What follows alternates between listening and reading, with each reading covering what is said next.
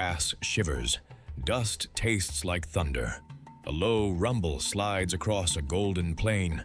One sound, two choices, hunter or hunted.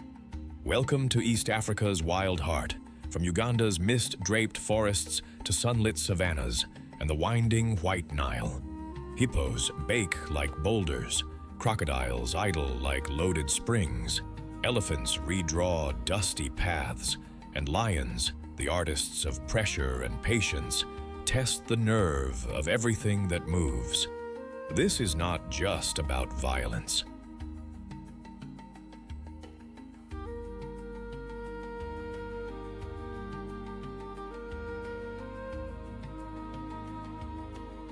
It is about timing, teamwork, and instinct. We will watch lionesses ghost through tall grass, prides snap shut like traps, and buffalo lines bend, break, and charge back with thunder in their horns. Riverbank gambles, night raids, split-second choices that decide who eats and who becomes a lesson. Tell us where you are watching from. Drop your city and country in the comments. We love to see how far the Savanna's story travels.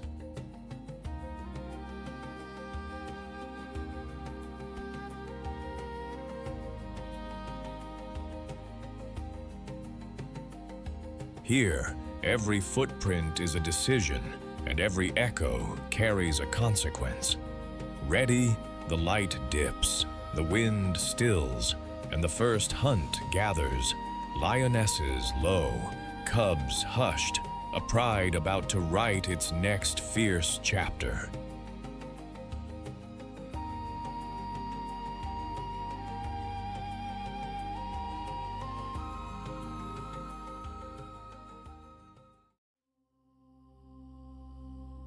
What does a savage fight look like when your weapons are air and geometry? Watch an impala turn a lion's ambush into a blur of leaps, pivots, and pure physics. Meet the impala of Uganda's acacia-dotted savannas, especially around Lake Mburo, where the grass runs gold and the wind carries rumors. Sleek, copper tan, and shockingly spring-loaded, this antelope is defined by split-second decisions and gravity-defying escapes.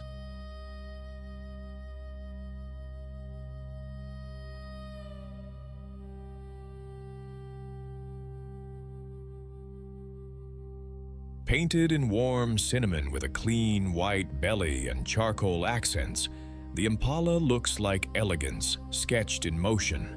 A black line stripes the tail, and twin black tufts sit on the ankles, metatarsal scent glands that leave breadcrumbs of identity as herds flow through the grass. Only males carry horns, ridged lyre-shaped crescents that sweep back and up, agile levers for wrestling rivals.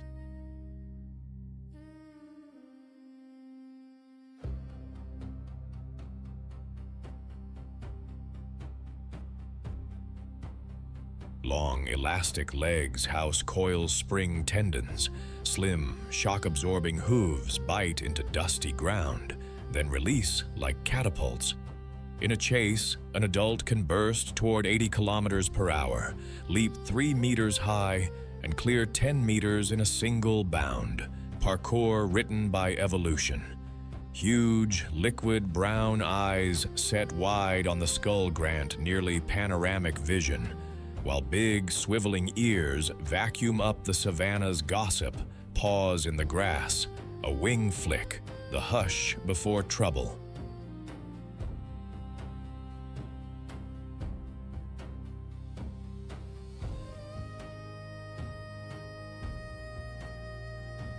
Inside, a ruminant's 4-chambered stomach and sharp-edged teeth handle a mixed menu of grasses and tender leaves, letting the impala switch diets with the season and stay light, fast, and fueled.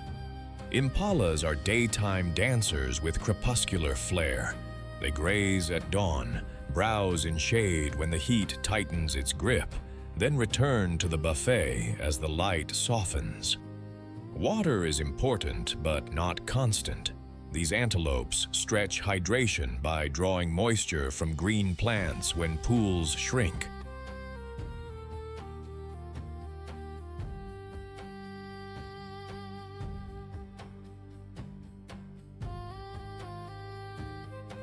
The fight they are famous for is chess against carnivores.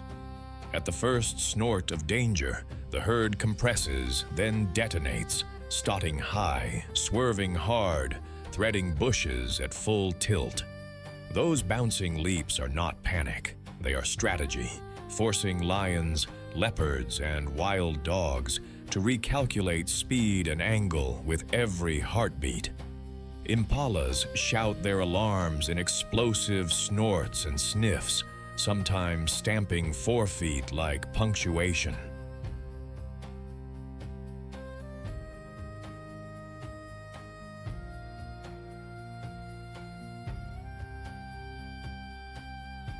Between alarms, it is ritual and maintenance, mutual grooming to evict ticks, dust bathing in shallow pans, and quiet foraging lines that ribbon across the plain.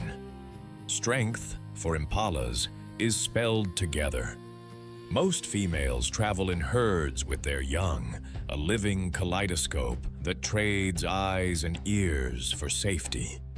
Nearby, bachelor groups practice sparring and patience.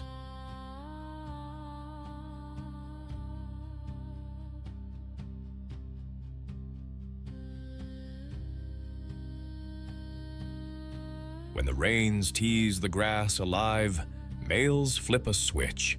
They carve territories along travel corridors and water, scent mark with preorbital glands, and advertise with sawing grunts that sound like a motorcycle starting badly.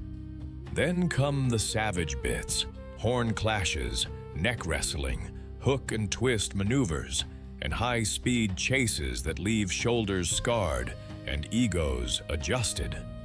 Victors collect temporary harems, herding females and shouldering rivals off invisible borders.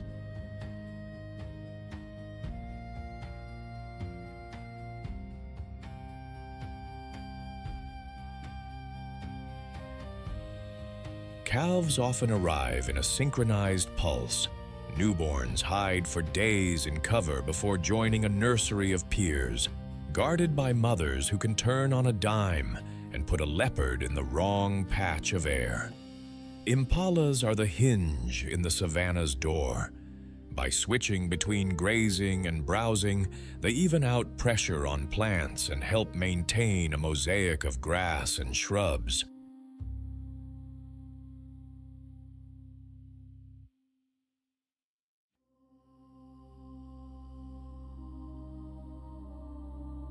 They move seeds, feed oxpeckers and other tick pickers, and tough truth, fuel lions, leopards, cheetahs, and wild dogs, converting grass and leaves into predator energy.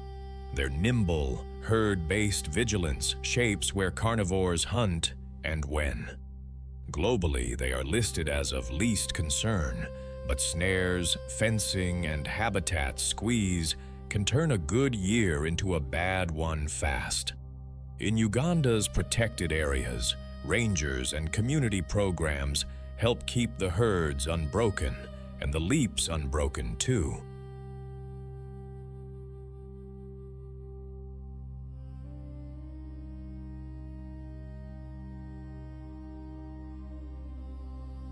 In every impossible jump and razor turn escape, the impala proves that grace can be a kind of ferocity. It embodies resilience, the elegant refusal to be easy prey in a world that never stops testing you.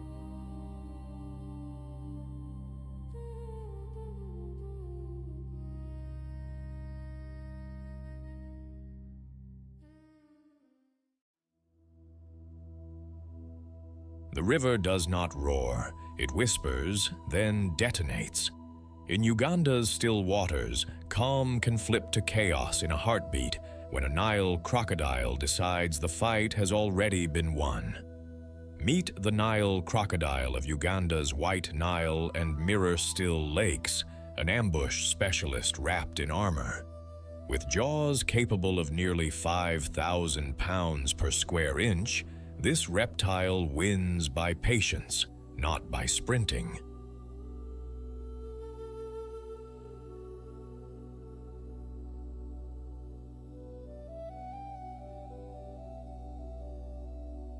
Sculpted by evolution into a living spear, the Nile crocodile wears a suit of olive-brown scales studded with bony plates called osteoderms, natural chain mail that shrugs off kicks, claws, and desperate last scrambles. Its eyes, nostrils, and ears ride the top of the skull like periscopes, letting the rest of the body vanish beneath the surface.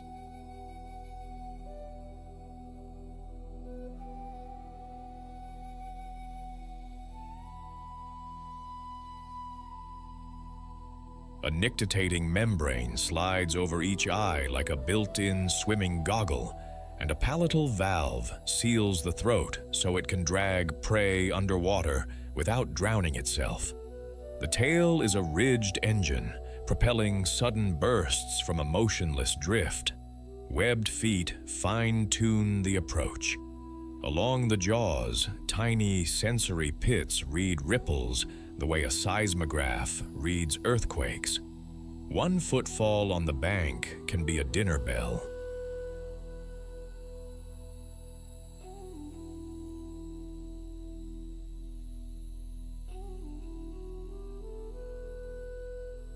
Heat is no problem. Open mouth gaping cools the blood, while that thick, pebbled hide resists sun and abrasion. Big males can stretch beyond 5 meters, but it is the illusion of smallness, just a log in the reeds, that makes them lethal. Their superpower is stillness. A crocodile can hold at the water's edge for hours or even days, letting antelopes lower their guards, zebras step a little closer, and warthogs forget how short life can be.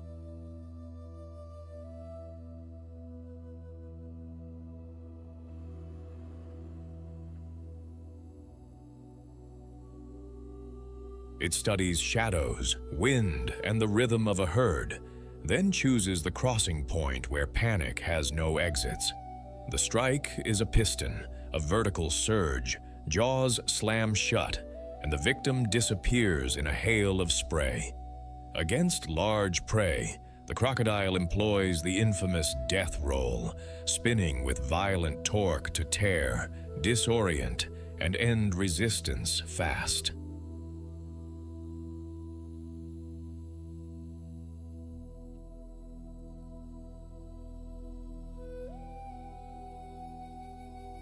These reptiles are energy accountants, basking during the hottest hours, hunting at dusk or night, and living on a slow, burning metabolism that can stretch one big meal for weeks. They can stay submerged for long minutes, lungs calm, heart rate down, waiting for a mistake. Fights with buffalo or even lions at the water's edge are brief and brutal. One wrong step, and the river owns the outcome. Crocodiles are not team hunters, but they are not hermits either.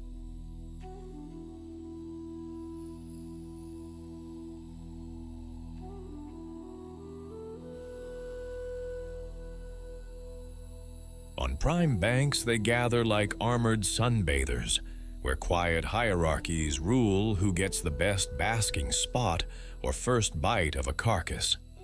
Big males defend short stretches of river, advertising with deep bellows that thrum through water and bone.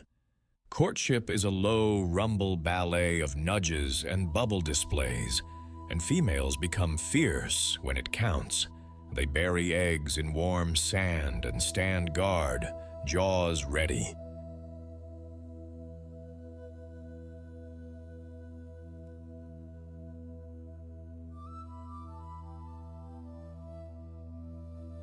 When the time comes, hatchlings chirp from inside the eggs. The mother answers by gently digging them out and ferrying them to the shallows in her mouth, a tender image from a feared predator. Some females form creches, corralling dozens of tiny, toothy noodles in sheltered nurseries. Hippos share the same stage. Adults get a hard pass, but a crocodile will test a calf if the guardians falter. Most days, caution wins. On this river, veterans live long by not being foolish.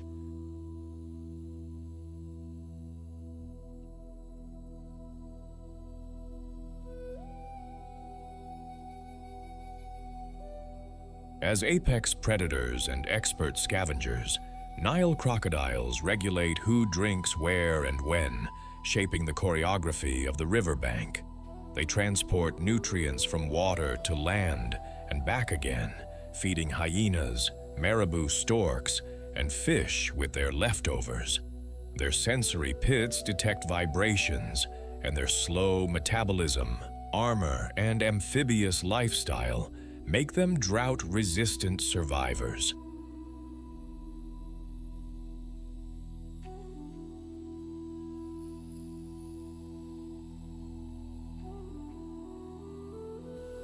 Though globally listed as of least concern, local threats, entanglement in nets, habitat loss, egg harvesting, and conflict can bite deep. In Uganda's protected waters, patrols and community programs keep this ancient balance breathing.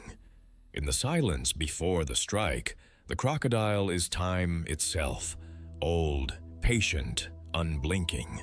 It embodies the river's truth, the savagery of survival wrapped in perfect, disciplined calm.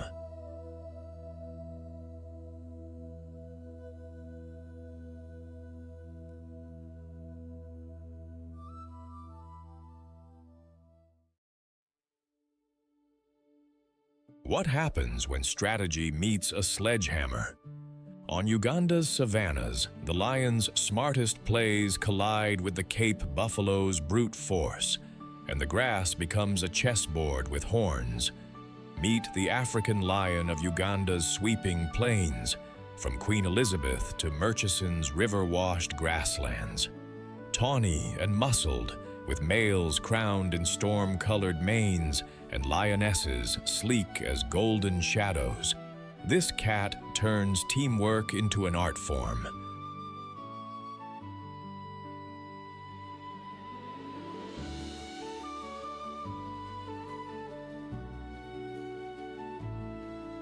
Painted in sun-baked gold, the lion's coat is camouflage stitched by the savanna itself.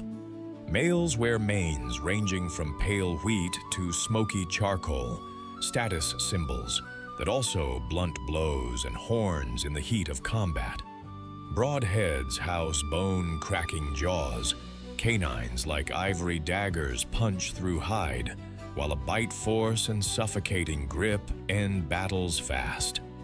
Their claws are evolution's switchblades, retractable and razor-sharp, sliding out only when the moment demands.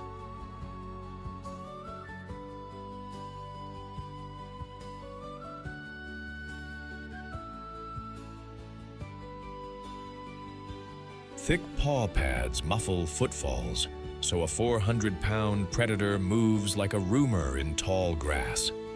Night grit eyes, boosted by a reflective tapetum, gather every scrap of starlight, turning dusk and dawn into hunting hours. A long, muscular tail, tipped with a black tuft, works like a steering cable in chases and a signal flag between pride mates. Even the whisker spots are a lion's fingerprint, mapping individuality in a world that demands both stealth and identity.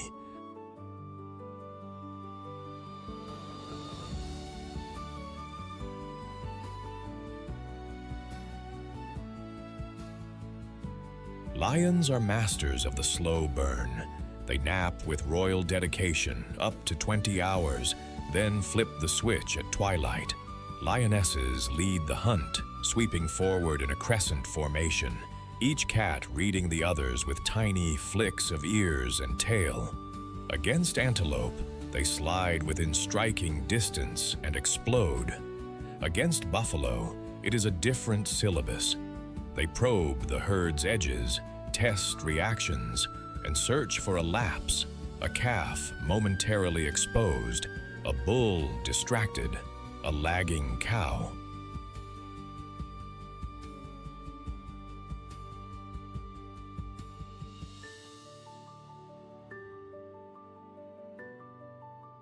The attack is both physical and psychological, pressure applied until the chosen target separates. One lion anchors the hindquarters, another shoots for the muzzle or throat, where breath is life. The savanna trembles under buffalo hooves, and one wrong angle can send a lion skyward on a pair of hooked horns. Between hunts, they patrol, roar to announce ownership, scent mark thorny borders, and gather at waterholes where crocodiles lurk, and wind carries every rumor.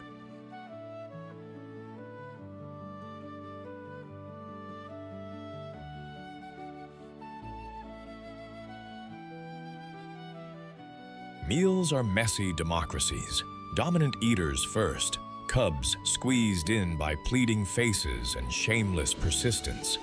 A pride is a family enterprise, related lionesses, cubs tumbling like ginger marbles, and a coalition of males, sometimes brothers, holding the domain.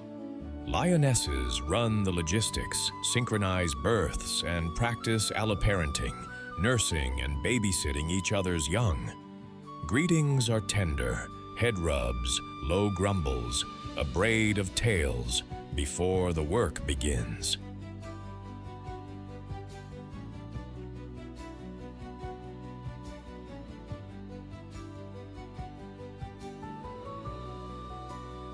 Males are the bouncers. They repel rivals, face down hyena mobs, and throw their weight into buffalo takedowns when the odds demand it. Takeovers are dramatic. New males risk everything to claim a pride, while resident males fight with a fury that echoes for miles.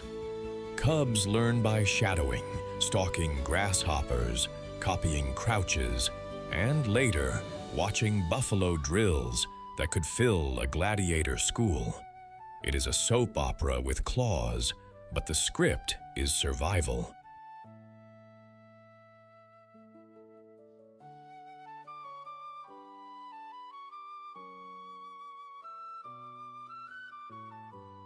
As apex predators, lions sculpt the savanna's balance. They cull the slow shape herbivore behavior with a landscape of fear and feed legions, hyenas, jackals, vultures on the leavings of their kills. Their cooperative hunting is a rare big cat adaptation, letting them challenge mega herbivores like buffalo and rewrite what is possible in open country. Yet they are vulnerable, shrinking habitats, human-wildlife conflict, snaring, and disease.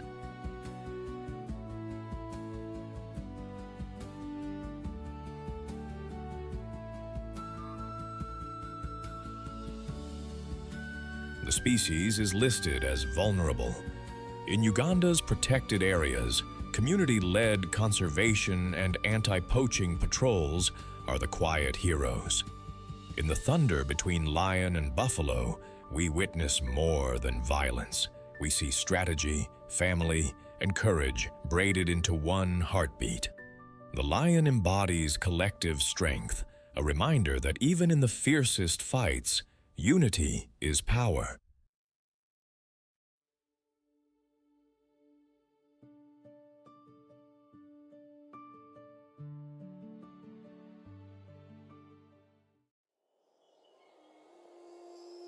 Forget sprint and spectacle.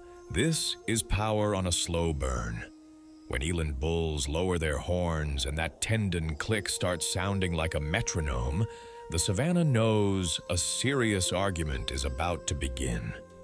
Meet the common eland, East Africa's largest antelope, roaming Uganda's Kadipo Valley and Pianupe Plains. Towering, tan, and calm-eyed, it is instantly recognized by a pendulous dewlap and long, gently spiraled horns that promise quiet strength with a sting.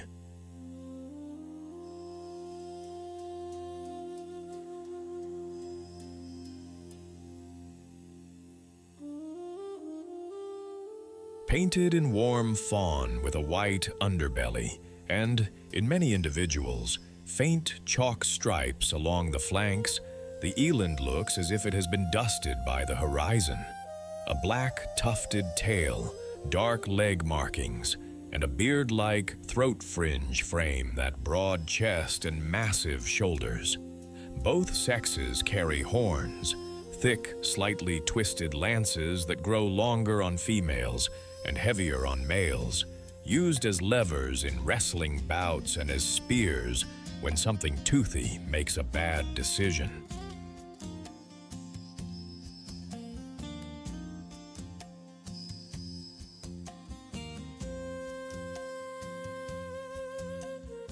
The big, hanging dewlap is not decoration. It increases surface area for heat loss, a natural radiator for midday scorch. Beneath the skin, an elite rumen setup breaks down tough, dry browse that defeats fussier eaters, and high-crowned teeth chew through pods, leaves, and twiggy fare without complaint.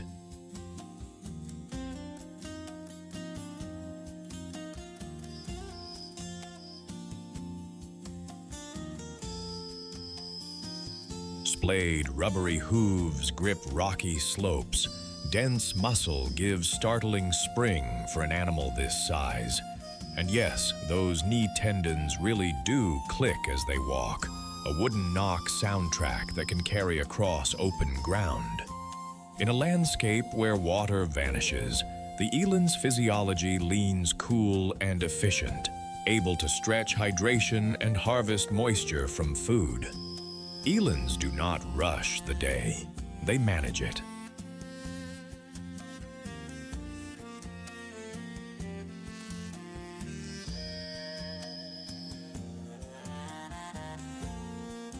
Dawn is for feeding, midday for shade and rumination, dusk for another round of foraging before predators clock in.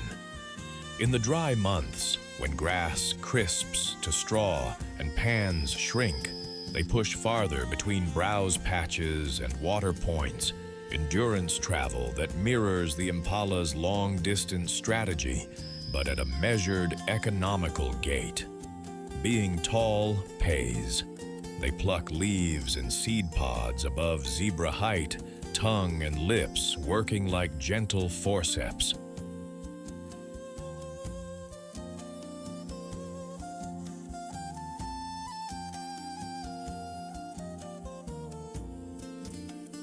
Their fights are more boardroom than bar brawl. Ritual first, violence second. Bulls parade with head high, dewlap swinging, horns tilted to flaunt size. Then come horn locks, shoves, and measured feints. But if lions or hyenas test them, the tempo changes. A cow will wheel with her calf behind her hips. A bull will drive a charge low and decisive.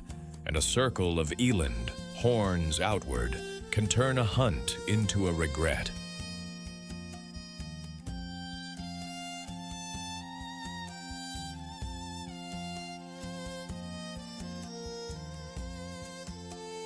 When the sun hits hard, they loaf in sparse shade, chew cud, and let those heat-dumping dewlaps and pale coats keep the core cool. This is a society of small circles. Females travel in modest family groups with their calves, drifting together for safety and splitting to feed where the shrubs are richest. Calves may form loose nurseries, while mothers rotate guard and grazing duties.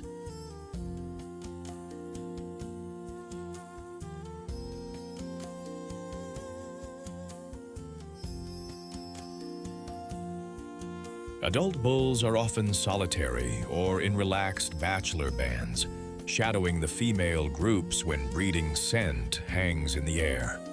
Territory is more suggestion than law. Eland follow resources rather than defend hard borders. Communication is understated.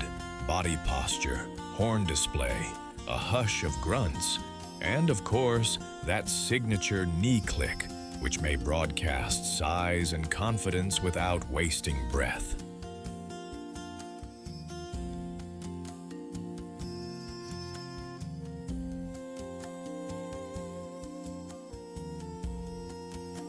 When bulls contest, the aim is to decide, not destroy.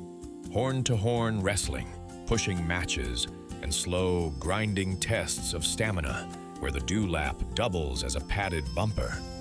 Mothers are steady protectors, leading calves into broken, rocky ground, where lion speed turns clumsy, and an ambush becomes a puzzle. As tall browsers, eland prune trees and shrubs that would otherwise choke grasslands, opening space for grazers and letting sunlight refuel the green engine.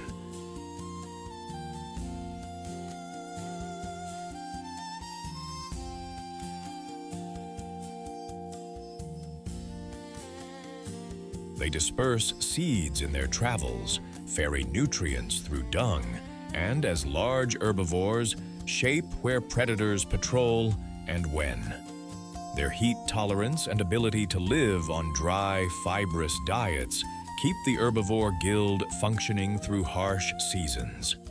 Globally, common eland are listed as of least concern, but local pressures, snaring, habitat loss, and competition with livestock can chip away at numbers.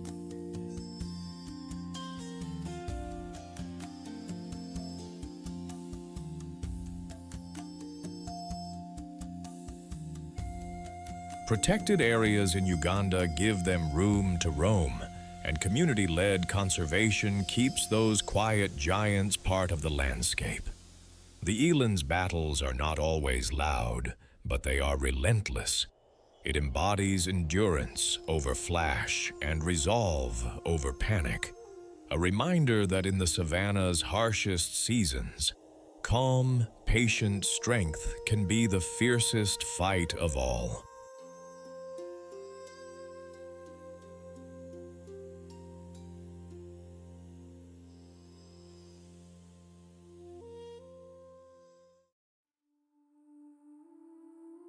When the river opens like a giant pink cave, that is not a yawn, it is a warning. In Uganda's calm waters, the hippopotamus turns quiet afternoons into some of the savanna's most savage standoffs. Meet the hippopotamus of Uganda's White Nile and Mirror Flat lakes, a barrel-built heavyweight that rules the water by attitude and architecture. Stock still by day, grass mower by night, its defining trait is territorial power, backed by a jaw that could park a soccer ball.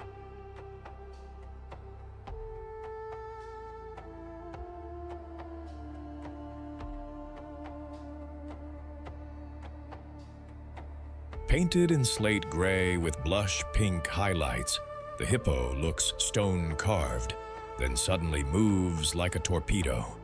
Eyes, ears, and nostrils sit high on the skull, periscopes that keep watch while the rest of the body lies submerged. Nostrils seal, ears fold, and the hippo simply sinks, walking the riverbed in buoyant gallops. Its skin, thick but sun-sensitive, sweats a natural sunscreen, a reddish blood sweat that doubles as antibacterial armor.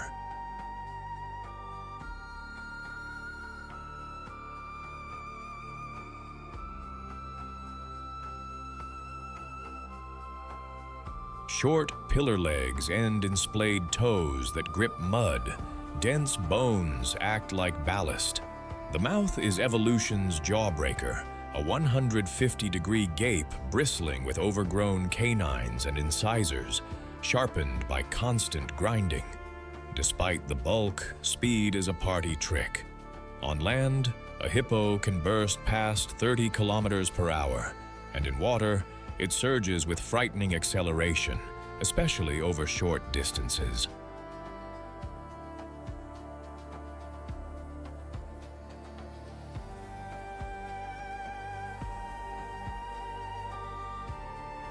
Everything about this build says river monarch, from the stubby tail used to spray sling scent to the scars that read like a history of close calls.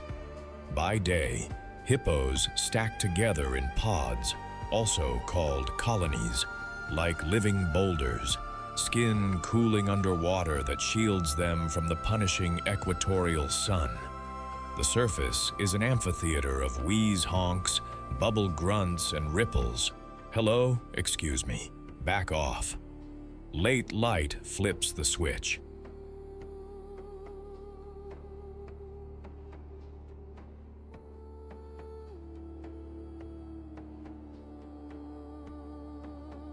With dusk, they file up well-worn hippo highways, trekking kilometers to mow night lawns.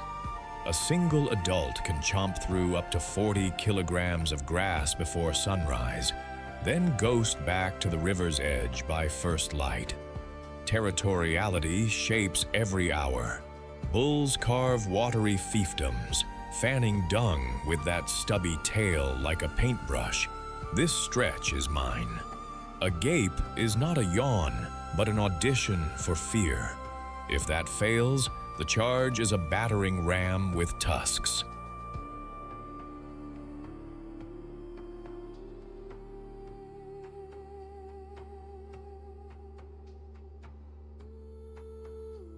Conflicts over sandbars, resting slots, or narrow channels can explode fast, clashing jaws, heaving bodies, crimson water. Crocodiles give adults a respectful birth. Lions think twice unless calves stray. And yet, there is tenderness. Mothers nudge calves to breathe, nurse in the shallows, and lift their young atop their backs when waves of panic churn. Hippo society is crowded but not chaotic until it is.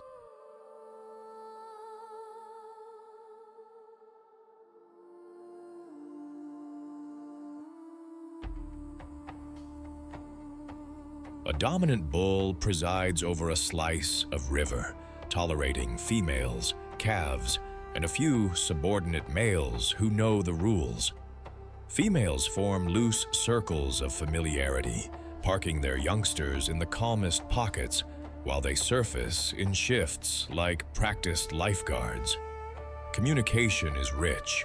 Low-frequency rumbles travel through water. Surface calls bounce like drum beats across the channel. Courtship and quarrels both happen in the same arena, half-submerged, explosive, short.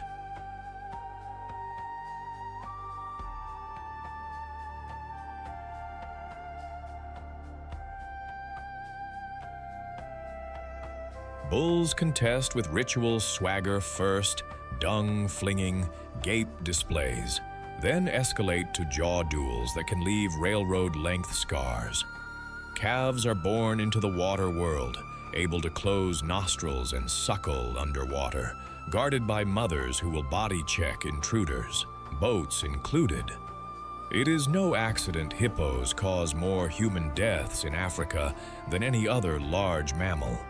This is a family-first society, with a hair trigger around its nursery. Hippos are engineers as much as heavyweights.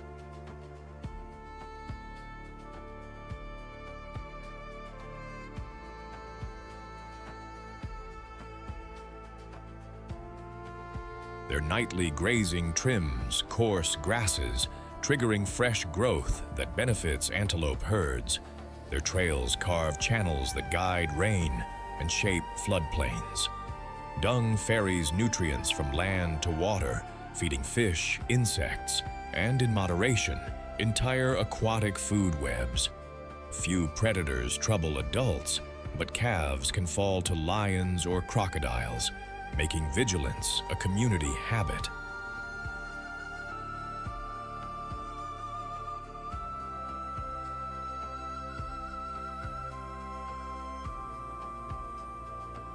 Across Africa, hippopotamuses are listed as vulnerable, pressured by habitat loss, conflict, and poaching for ivory-like teeth.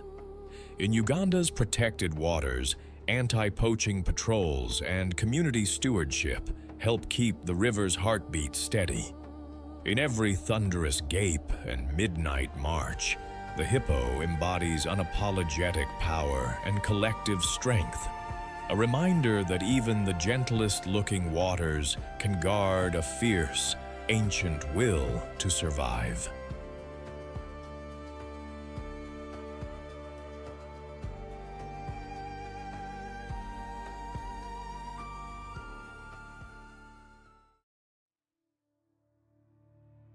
Ever seen courage with a mohawk and a mustache?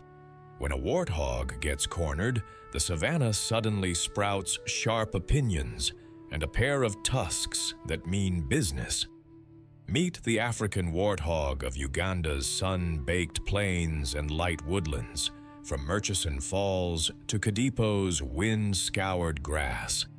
Stocky, scarred, and surprisingly quick, this pig wears its battles on its face and keeps its confidence in the ground beneath its hooves.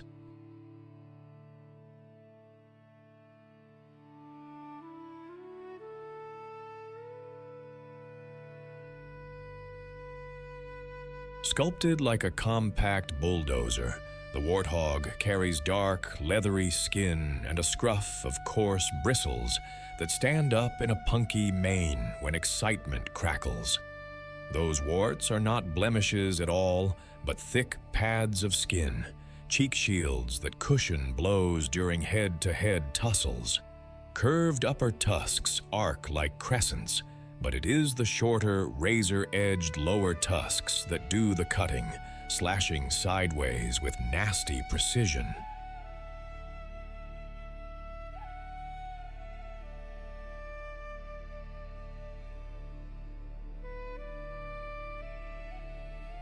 A flat, muscular snout ends in a tough, digging disc, perfect for plowing into baked earth after roots and bulbs.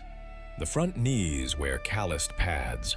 Warthogs kneel to graze, a quirky, energy-saving posture that looks like a bow, but functions like a lawnmower. Sparse hair helps shed heat, while dark skin resists sun and thorns. Wide-set eyes, swiveling ears, and a high head carriage keep the horizon surveyed.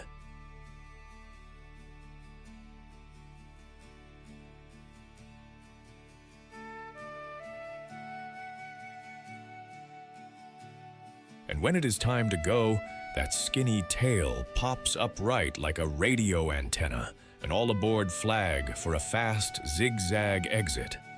Daylight suits them.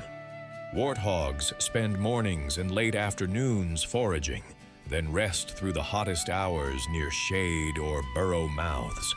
They are opportunists with a menu of tough grasses, tubers, fallen fruit, and juicy extras like grubs, anything the snout can locate and the hooves can unearth.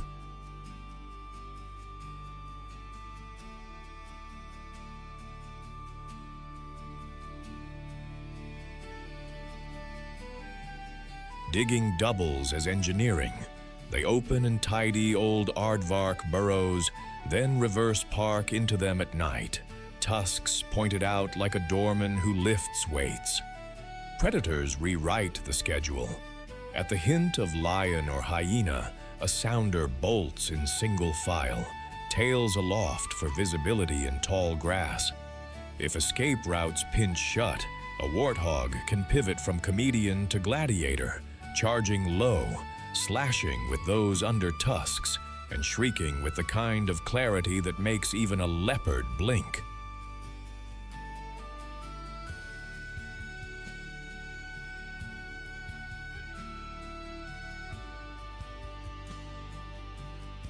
Most fights are brief, all footwork and timing. Victory is measured in meters gained, not trophies claimed. Dust baths cool skin and eject parasites, and a good wallow is both spa day and scent marker, warthog cologne, eau de mud. Community here is practical. Females form tight-knit sounders with their piglets, sharing vigilance and sometimes babysitting duties in creches at safe burrow sites. They communicate in grunts, snorts, and tail talk, shifting formation the moment danger whispers.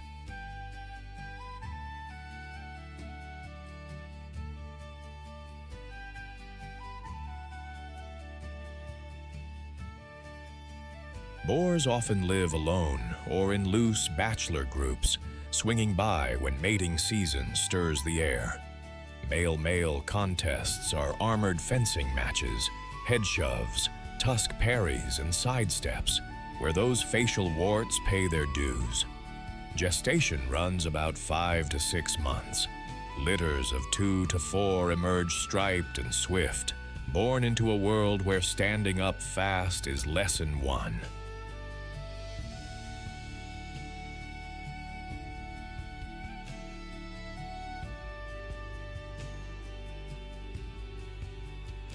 Mothers are fierce but pragmatic, moving burrows when predators map their routines and teaching piglets the art of kneel grazing, quick dashes, and knowing when a fight is worth it. Warthogs are the plumbers and plows of the savanna.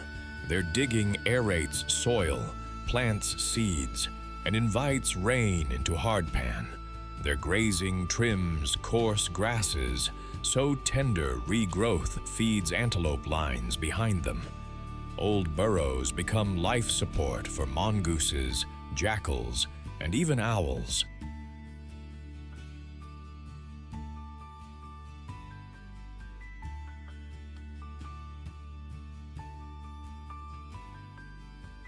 They are also key prey for lions, leopards, and hyenas, fuel for the food web they help maintain. Listed as of least concern on paper, they still run the gauntlet of snares, habitat squeeze, and disease. In Uganda's parks, anti-poaching patrols and community stewardship let this tough little engineer keep punching above its weight. In a land that worships speed and size, the warthog is a reminder that grit, wit, and a good exit strategy can win the day.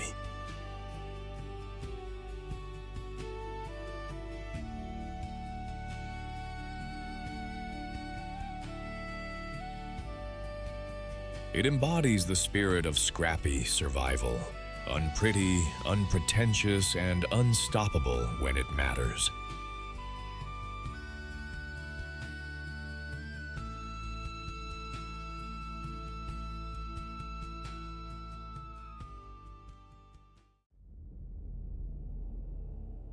No roar, no drum roll, just a soft click of claws on bark, and the fight is over before the grass remembers to sway. Meet the African leopard of Uganda's savannas and woodlands, from the fig-fringed tracks of Queen Elizabeth to the riverine shadows of Murchison and Kadipo. Sleek, solitary, and rosette-cloaked, it turns invisibility into its sharpest weapon and trees into private dining rooms. This cat is stealth stitched in gold.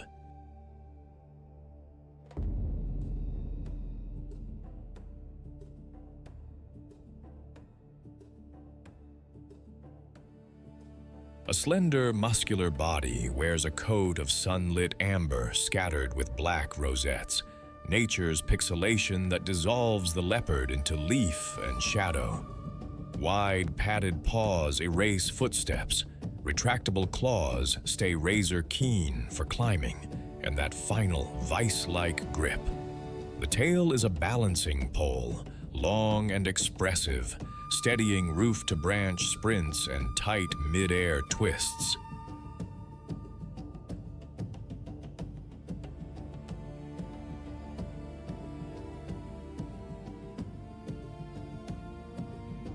Forward-facing eyes, turbocharged by a reflective tapetum, gulp down starlight. Ears swivel to catch the tiniest wing flick.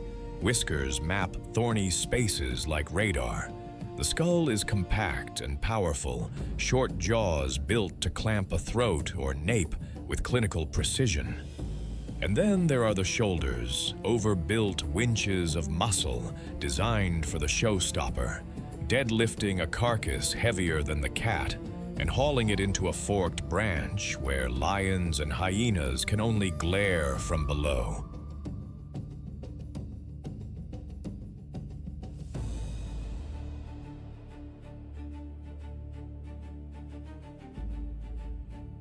Every line says the same thing.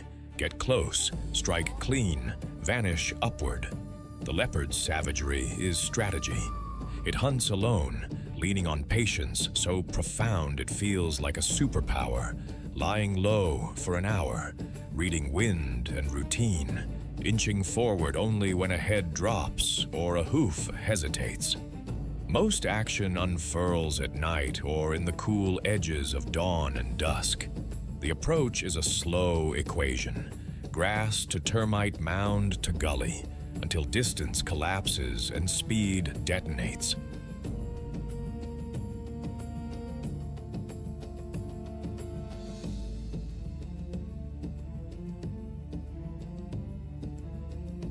Two or three bounds, a suffocating hold, and quiet returns. Often the prey is smaller than the cat, bushbuck fawns, monkeys, birds, hares, not because it cannot do bigger, but because safe bets pay best in a dangerous neighborhood. Then comes the signature move: drag, climb, cache. By hoisting dinner skyward, the leopard avoids ground brawls with hyenas and lions. The savage fights it refuses to lose by never showing up.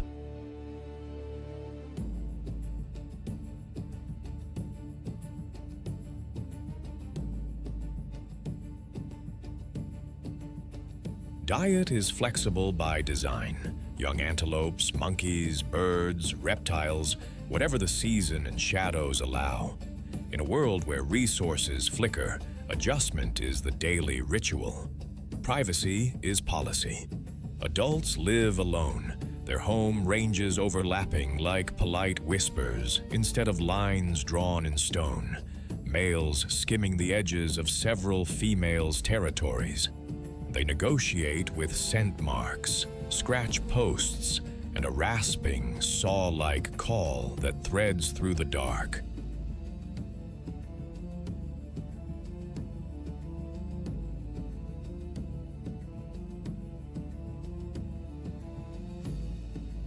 Courtship is brief, then secrecy takes over. After roughly 3 months, a female tucks 1 to 3 cubs into a hidden den. Rock crevice, thicket, hollow log, shifting sights often to outsmart curious noses. She is hunter, teacher, and bodyguard, ferrying meat to cover and running tiny stalking drills that grow into real lessons. Cubs face a hard syllabus. Hyenas, lions, and snares all grade harshly.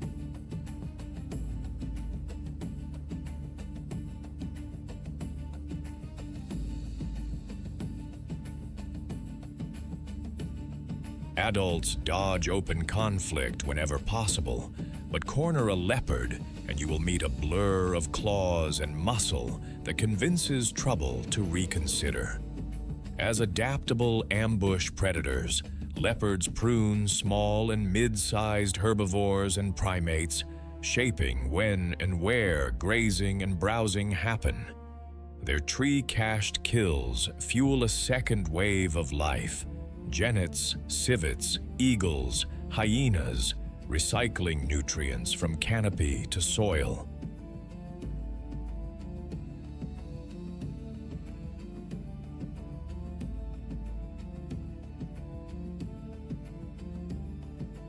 Flexibility is their edge. Broad diet, stealth, and vertical escape routes keep them thriving when specialists stumble. Yet threats bite back. Habitat loss, wire snares, livestock conflict, and illegal trade. Listed as vulnerable, leopards in Uganda lean on protected areas, anti-poaching patrols, and community stewardship to keep those rosettes moving through the dusk. In a world that celebrates loud battles, the leopard wins by never raising its voice.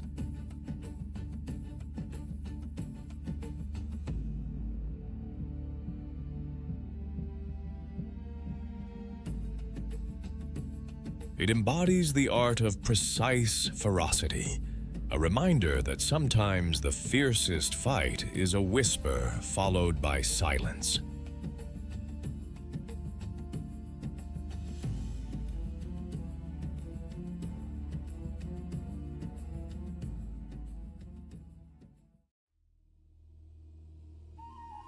Who says herbivores do not hit back? When a zebra decides no, even lions remember their appointments elsewhere. Meet the plains zebra of Uganda's Lake Mboro and Kadipo Valley, sleek black and white thunder with hooves that can shatter a predator's plans.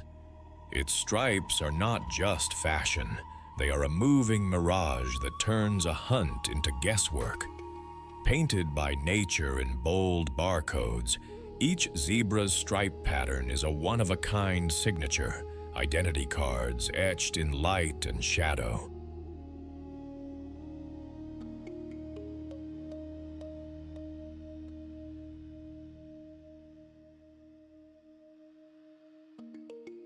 The contrast is not only for show. Against shimmering heat and tall grass, those lines disrupt outlines, blending bodies into a flickering wall when the herd runs. Studies suggest stripes also baffle biting flies and may help regulate heat by creating tiny convection currents along the skin. Beneath the pattern is power. A compact torso, slabbed with muscle, drives a sprint near 65 kilometers per hour and a kick that can bruise bone and dent pride.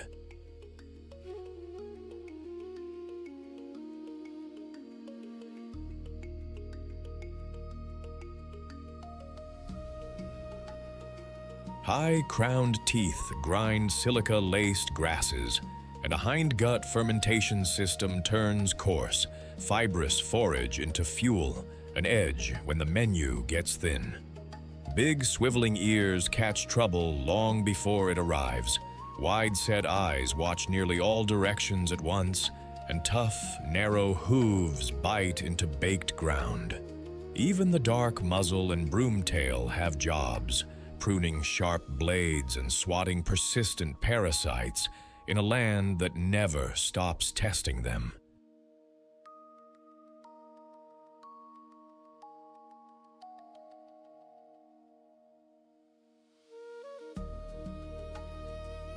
Zebras are daylight commuters of the plains, grazing in loose files that ribbon across grasslands. They are endurance feeders, cropping tough stems. Other herbivores snub, then marching to water where hippos snort and crocodiles wait with antique patience. Dry seasons push them farther, and their timing becomes everything. Drink quickly, leave together, trust the perimeter watchers. When predators probe, chaos becomes choreography.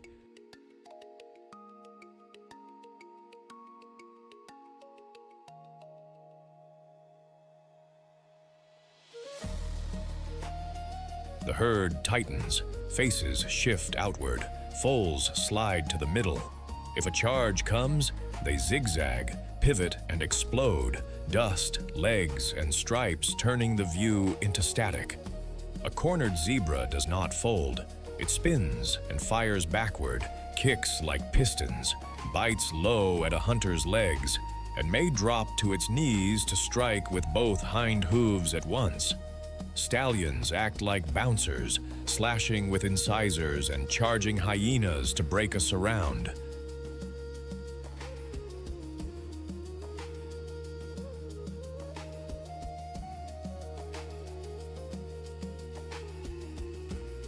Between crises, life is ritual, dust baths, nose-to-nose greetings, and that unmistakable bark bray that carries across the plain, part roll call, part rumor mill. Strength here is spelled family. Most zebras travel as tight-knit harems, a dominant stallion, several mares and their foals, shadowed by bachelor bands waiting for their promotion.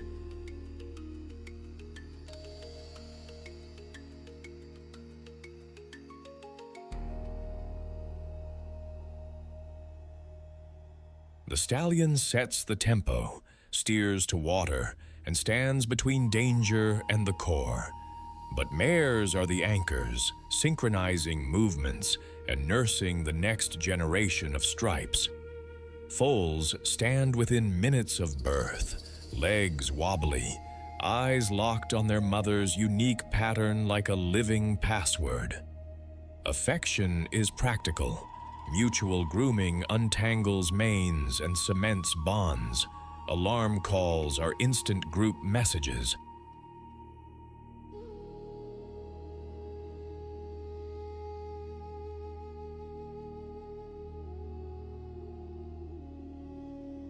When rival stallions collide, the fights can be savage, rearing, neck wrestling, biting flanks and knees, screams slicing the heat, because the prize is a family and the future.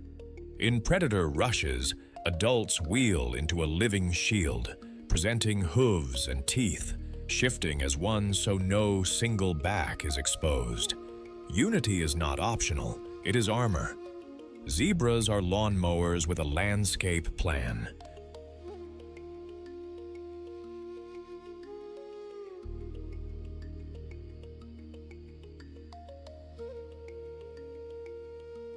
By cropping coarse grasses first, they open fresh growth for more selective grazers, topi, cob, and gazelles, setting a meal train in motion. They haul seeds across distances, fertilize the soil, and yes, feed the food web as vital prey for lions, hyenas, and wild dogs. Their stripes may reduce biting fly loads, indirectly lowering disease risks across herds. Plains zebras are globally near threatened. Habitat loss, fencing, snaring, and competition with livestock chip away at numbers.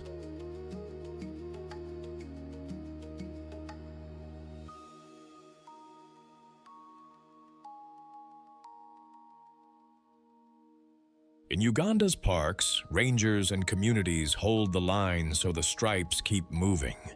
In every blur of black and white, the zebra reminds us that defense can be beautiful, and that courage, choreographed as a herd, is its own kind of fight song across the savanna.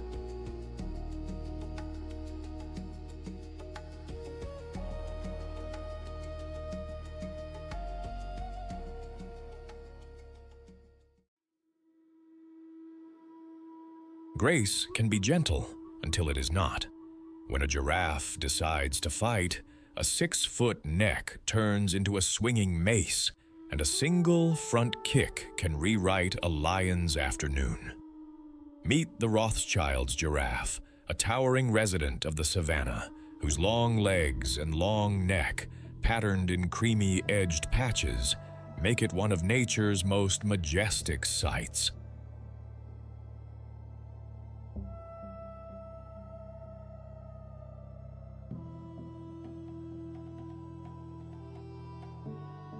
Its height grants a private buffet above the crowd, treetop leaves unreachable to other herbivores, and eyes that survey danger long before it arrives.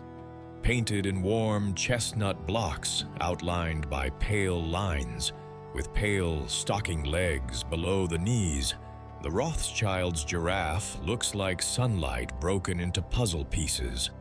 Males often carry extra ossicones, bony knobs on the skull that act like built-in helmets when arguments escalate.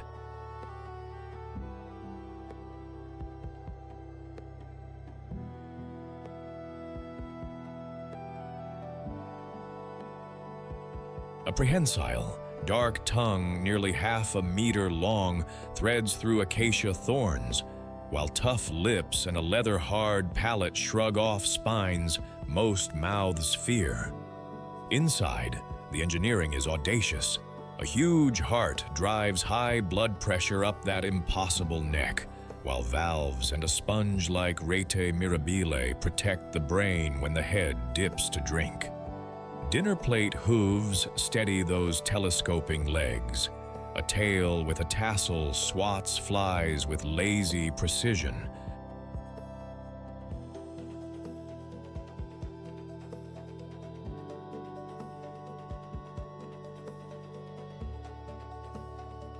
High-set eyes and rotating ears make a panoramic early warning system. And when elegance needs teeth, the forelegs become hammers, front kicks thrown with shocking speed and accuracy, perfectly capable of breaking a jaw or turning a charge. Life at altitude moves in calm, deliberate loops. The giraffe grazes the sky, browsing treetop foliage for hours, then standing to ruminate like a living watchtower.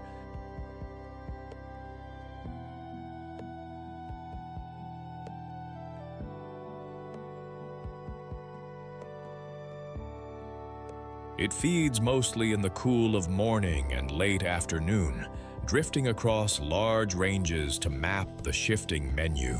Pods here, new leaf flush there, adapting to different vegetation as seasons turn. Water is the risky chapter. To drink, it must splay or kneel, head lowered and vulnerable, so it pauses, listens, and rockets upright at the smallest wrong ripple.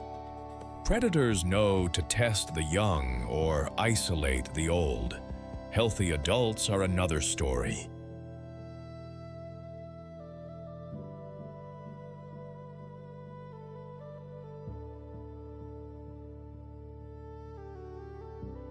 If threatened, a giraffe squares its stance and fires front kicks that can end the debate in one blow. Bulls add a different kind of savage spectacle. Necking bouts where they stand side by side and swing those heavy skulls like wrecking balls, thudding neck into neck until one yields. Between storms, the day softens. Soft snorts, slow strides, shade, and the metronome of chewing as the savanna breathes around them. Think fission-fusion fluidity.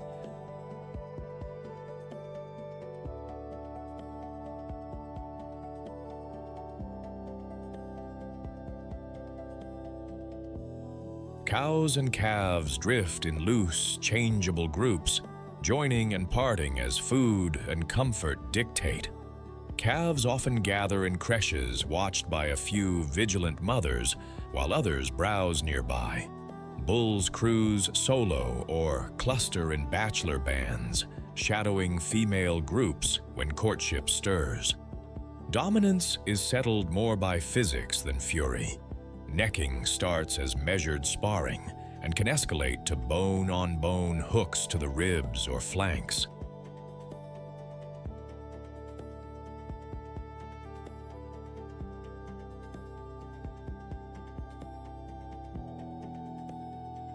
Winners gain better access to receptive females. Losers wander off with their dignity dented but rarely destroyed. Mothers are steadfast guardians, positioning calves on the lee side of their bodies, and when needed, stamping a circle of confidence around their young. No one here defends strict territory. Ranges overlap like gentle brushstrokes across the grass. Rothschild's giraffes are canopy gardeners.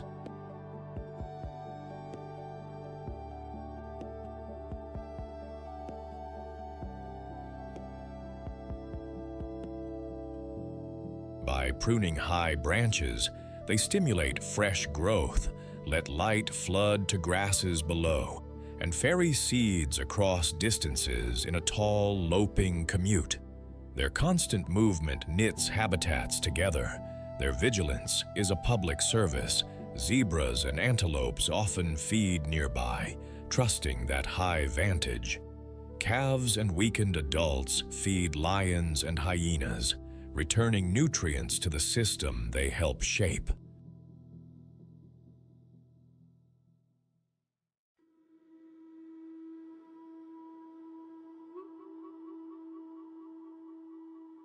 Habitat loss, wire snares, and conflict beyond park edges remain threats, though translocations and protected areas have helped numbers rebound in parts of their range.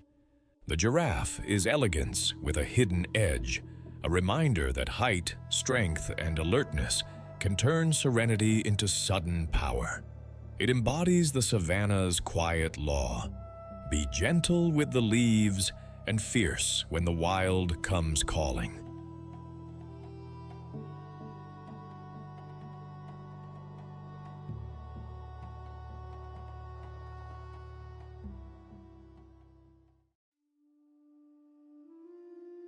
What does a savage fight look like when the heavyweight is a vegetarian? When elephants decide a rule needs enforcing, even lions reread the fine print. Meet the African elephant of East Africa's sun-baked savannas. Think Uganda's Murchison Falls and Queen Elizabeth landscapes. Largest land mammal on Earth, it carries wisdom in its walk and power in every line. A trunk that is a toolkit and tusks that can turn dry riverbeds into drinking fountains, or a charging predator's plan into splinters.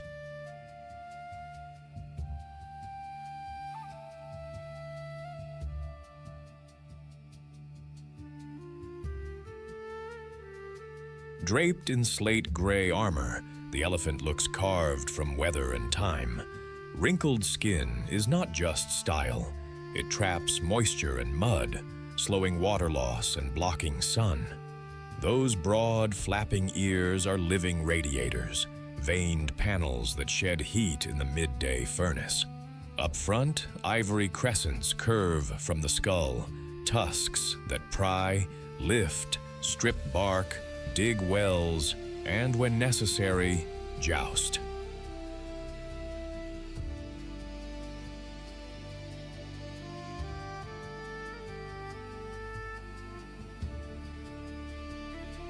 The trunk is evolution's Swiss Army knife. Tens of thousands of muscle units weave into a hose, hand, trumpet, and snorkel all in one. Delicate enough to pluck a berry, strong enough to uproot a shrub. Pillar legs end in cushioned, shock-absorbing feet that pad silently across dust. Toenails grip, and a fatty pad spreads the load, so 4 tons move like a rumor.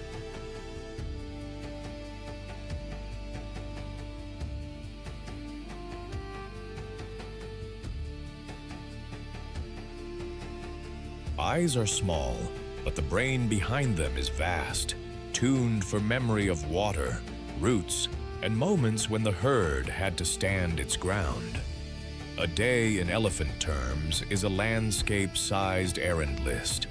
Strictly herbivorous, an adult can eat 150 to 200 kilograms of vegetation in a single day.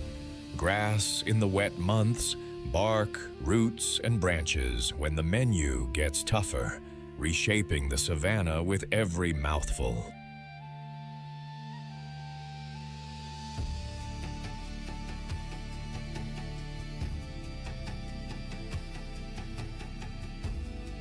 They are tireless walkers, tracing familiar highways to water and new growth.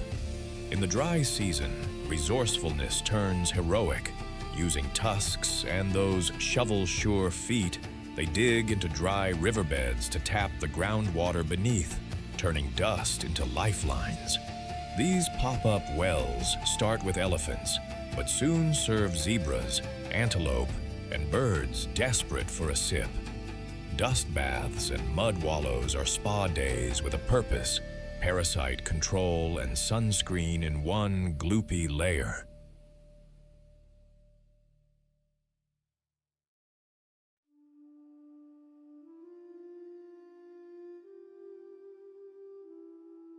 And when trouble sniffs around, the mood changes. A bluff charge becomes a real one, tusks low, ears wide, trumpets splitting the heat. Most predators read the message. Even lions prefer easier math than an angry matriarch plus a united wall of bodies. Elephant society is family first, last, and always. A seasoned matriarch leads, her memory the library that keeps everyone alive, where water lies hidden, which corridors are safe, where danger once waited in the grass.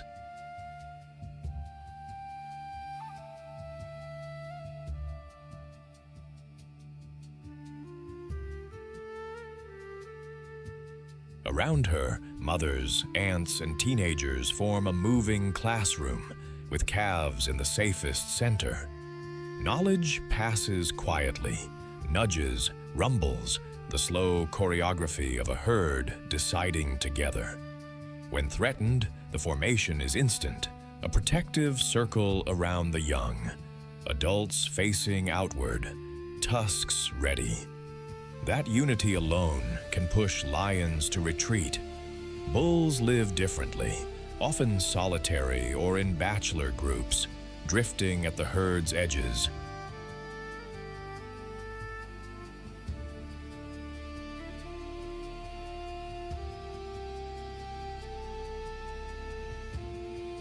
When they contest, the fights are raw. Physics, forehead shoves, tusk parries, dust exploding under grinding feet until one yields. There is tenderness too, calves comforted by low-frequency purrs, trunks exploring the world like curious hands, greetings that feel like hugs made of air. Elephants are the savanna's architects. By toppling trees and snapping branches, they open the canopy to sunlight, triggering flushes of fresh grasses that feed zebras, wildebeest, and gazelles.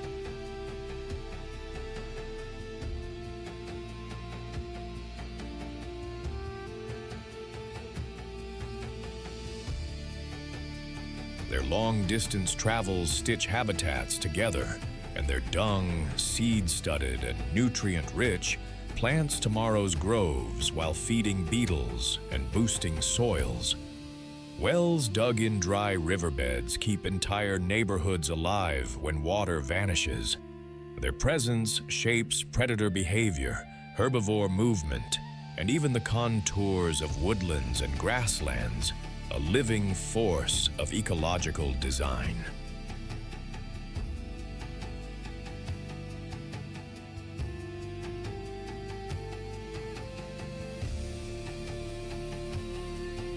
In every protective circle and thunderous charge, the elephant reminds us that true strength is protective, not reckless. It embodies memory, leadership, and the fierce grace of a giant that fights so others can live.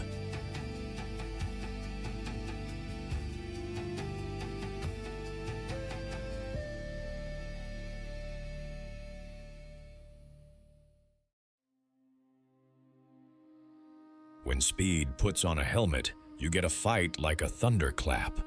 Two sets of curved horns meet, dust flies, and the topi writes exclamation marks across the savanna. Meet the topi, an alcelephine antelope of East Africa's open plains, including Uganda's grasslands.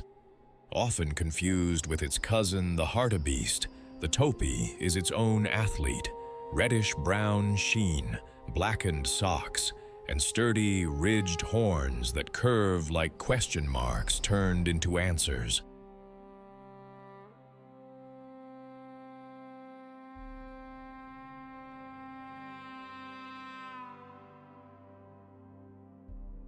Nature dressed the topi in copper and shadow. The coat glows reddish-brown, with inky patches on the face, thighs, and upper legs that look almost metallic in the right light.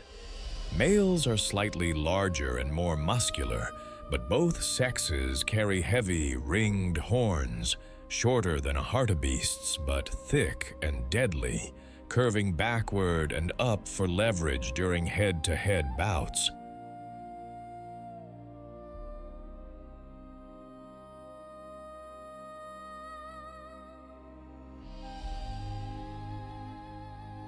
The body shows a runner's blueprint: long, springy legs, a deep chest for efficient oxygen flow, and a slightly sloped back that keeps the shoulders high and ready.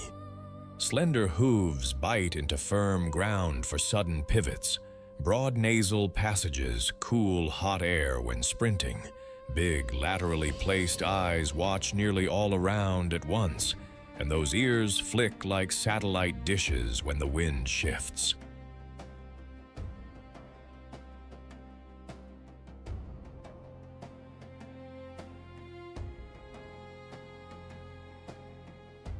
Topi are built to stay lean and mobile, turning sparse grass into fuel, distance into safety, and horns into tools of both status and survival.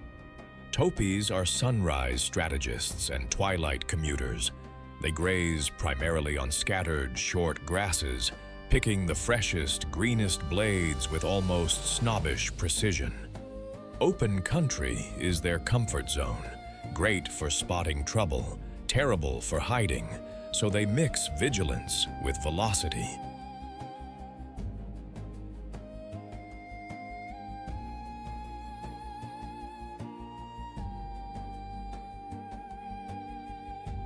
A favorite trick is to mount termite mounds and scan, taking turns like practiced sentinels.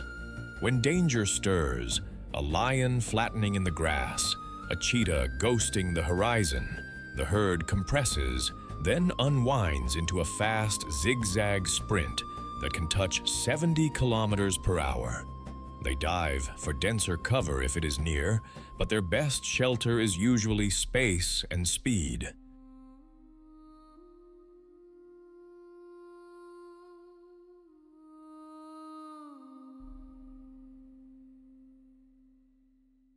Dry seasons test their planning. Topi travel long distances to track patches of green and hit water when they must, timing feeding for cooler hours and resting through the heat. And the savage fights, bulls turn calm mornings into gladiator sessions, snorting, pawing, raking horns through grass, then slamming head to head with bone-jarring cracks that echo across the plain. Teamwork is policy. Hierarchy is punctuation.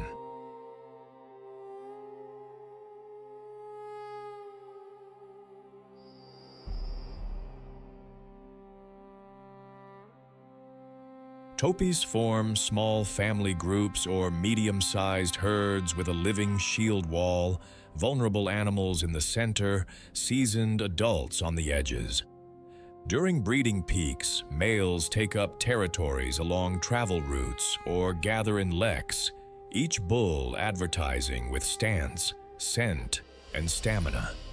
Challenges begin with posture, head low, horns forward, shoulders rolling. Then come the collisions, horn wrestling, shoves, and clever sidesteps.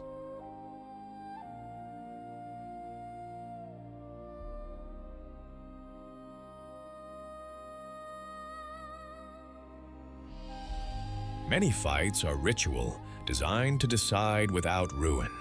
Others turn rough fast when rivals refuse to yield.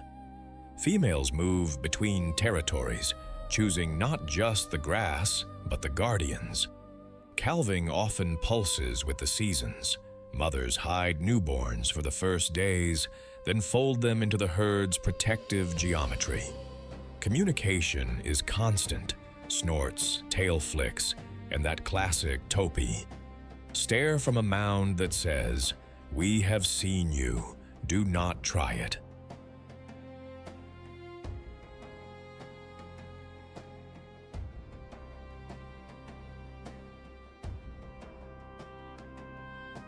As precision grazers, topi keep grasslands trimmed, encouraging fresh, nutrient-rich growth that benefits a parade of neighbors, zebras, gazelles, and even insect swarms.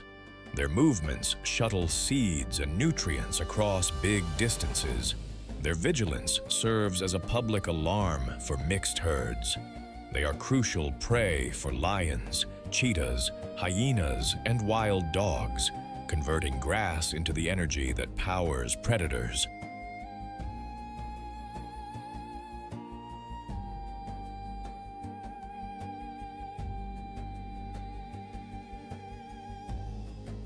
Topi are generally listed as of least concern, but fences, snares, and shrinking ranges can squeeze them hard. Protected areas and community-managed corridors keep their roads to food and water open, and the savanna's engine humming. The Topi is grace with grit, alert eyes, quick feet, and the nerve to stand and fight when it counts. It embodies the savanna's rulebook. Move smart, watch hard, and when the dust rises, meet it with courage and curved horns.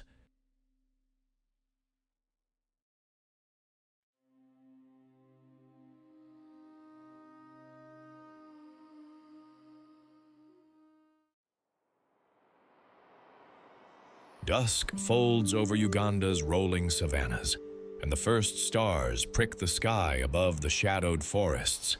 Heat loosens, wind turns the grass into a silver river.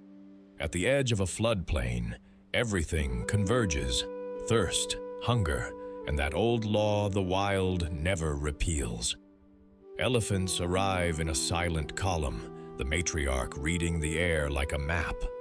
Buffalo mass into a dark, breathing wall. Uganda cob step lightly, ears high. Topi mount a termite mound and stare hard into the wind.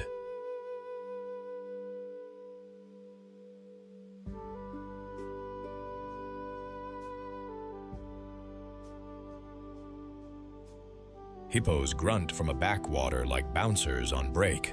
A fish eagle screams from a snag. In the shallows, one log is not a log, crocodile. The night crew moves. Lions flatten into tawny commas, tails flicking. Hyenas surf the edges, already counting futures. A cob edges down to drink. The water erupts, jaws, spray, chaos. The cob pivots, hooves carving mud, and somehow wins back its feet. The crocodile slides under, patience reset. Across the flats, a young buffalo drifts too far from the herd.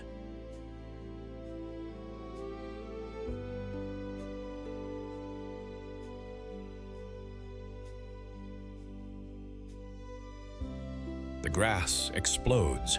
Lionesses clamp, dust blooms. The plain fills with a sound older than stories.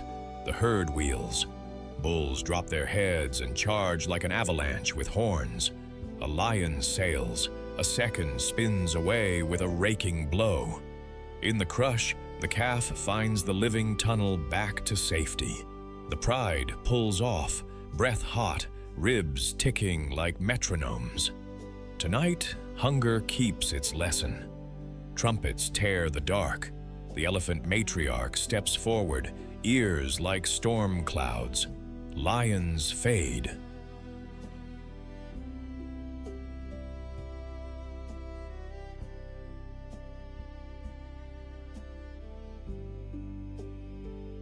Hyenas melt, calves sip. Mud turns to quiet music under heavy feet. The waterhole becomes a truce zone because she says so. Not every fight is a kill. Some are standoffs that redraw the map for a night. Some are rescues. Some are warnings carried on dust and moonlight. And in every clash, elephants guarding, lions testing, buffalo holding the line, cob and topi threading the margins. Other remarkable species keep the balance intact.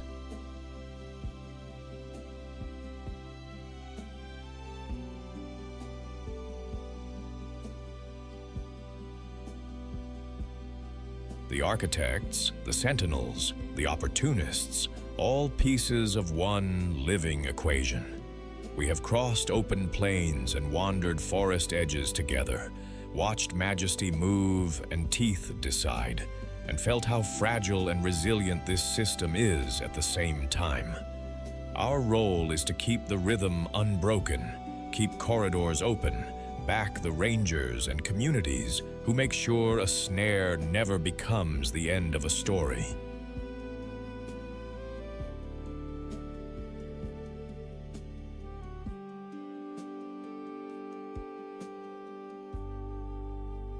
If this journey moved you, tap like, subscribe, and tell us in the comments which showdown stunned you most and where you are watching from. Share this with a friend who knows the sound of a fish-eagle at dusk. Although our episode ends here, the wild does not.